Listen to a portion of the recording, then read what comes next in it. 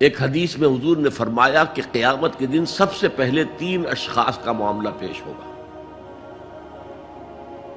ایک وہ تھا کہ جو اللہ کی راہ میں جنگ کرتا ہوا مارا گیا تھا، دنیا میں شہید سمجھا جا رہا تھا۔ ایک وہ تھا جسے اللہ نے علم بہت دیا تھا اور اس نے علم کو پھیلایا، خوب پھیلایا۔ اور ایک وہ جس کے پاس جس کو اللہ نے بہت دولت دی تھی اور اس نے دولت جو ہے نیکی کے کاموں میں، بھلائی کے کاموں میں، غرباء، یتامى، مساکین کے لیے خرچ کیا۔ اب اللہ پوچھے گا ان شہید صاحب سے کہ دیکھو میں نے تمہیں صحت دی تھی، جسمانی قوت دی تھی، تم نے کیا کیا؟ وہ کہے گا اے اللہ میں نے تیرے لیے قتال کیا اور اپنی جان دے دی۔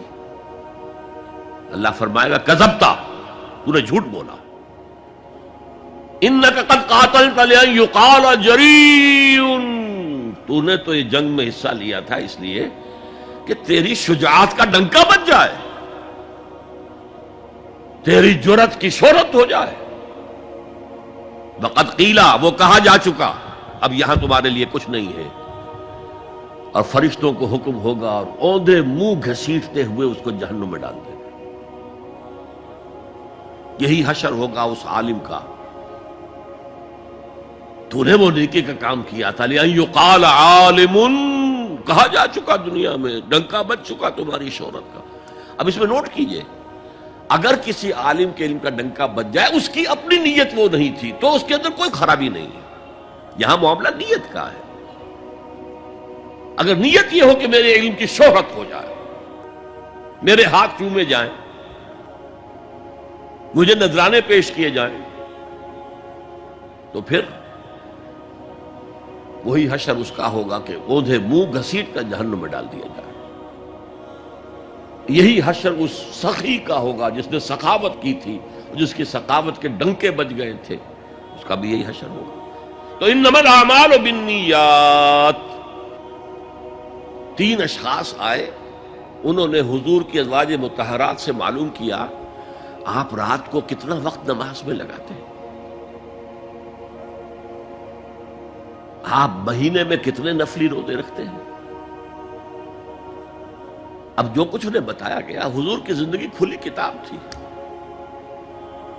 بتا دیا گیا اتنا عرصہ جو ہے آپ رات کو تہجد پڑھتے ہیں، بتا دیا گیا مہینے میں اتنے روزے رکھتے ہیں۔ انہوں نے اسے کم سمجھا، فتقالوہا، قلیل سمجھا کہ یہ تو زیادہ نہیں ہے، ہمارا تو خیال تھا کہ آپ ساری رات ہی کھڑے رہتے ہو۔ لیکن اپنے دل کو مطمئن کرنے کے لیے کہ حضور کی کہیں توہین بھی نہ ہو جائے، کہا جی انہیں تو ضرورت نہیں ہے، وہ تو معصوم ہی ہے، ان کی خطائیں اول تو ہوتی نہیں، اگر کوئی ہے بھی تو اللہ نے کہہ دیا قد غفر اللہ لک ذنبک ما تقدم منہا وما تاخر، اللہ نے تو معاف کر دی اگلے پچھلے سارے گناہ، میرے لیے یہ کافی نہیں ہے۔ ایک نے کہا میں پوری رات عبادت کروں گا، اپنی کمر بستر سے نہیں لگاؤں گا۔ دوسرے نے کہا کہ میں ہمیشہ ہر روز روزہ رکھوں گا، کبھی افطار نہیں کروں گا۔ تیسرے نے کہا میں کوئی شادی بیاہ نہیں کروں گا، ایک کھکیڑ میں نہیں پڑھوں گا میں۔ حضور کو خبر ہو گئی، آپ نے طلب فرمایا اور غصے کے انداز میں وہ الفاظ کہے کہ جو حضور سے بالکل متوقع نہیں۔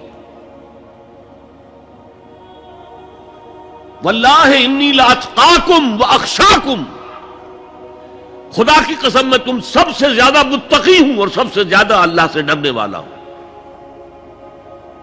لیکن میرا طریق یہ ہے کہ میں رات کو سوتا بھی ہوں اور نماز بھی پڑھتا ہوں، میں روزہ رکھتا بھی ہوں، ناغہ بھی کرتا ہوں، میں نے شادیاں کی ہیں، متعدد ازواج میرے گھروں میں ہیں۔ فمن رغب عن سنتی فلیس منی، جو بھی میری سنت سے ہٹا وہ مجھ میں سے نہیں ہے، میرا امت ہی نہیں ہے۔ تو نیکی کا جذبہ بھی حد اعتدال سے تجاوز کر کے بدی کو جنم دے سکتا ہے۔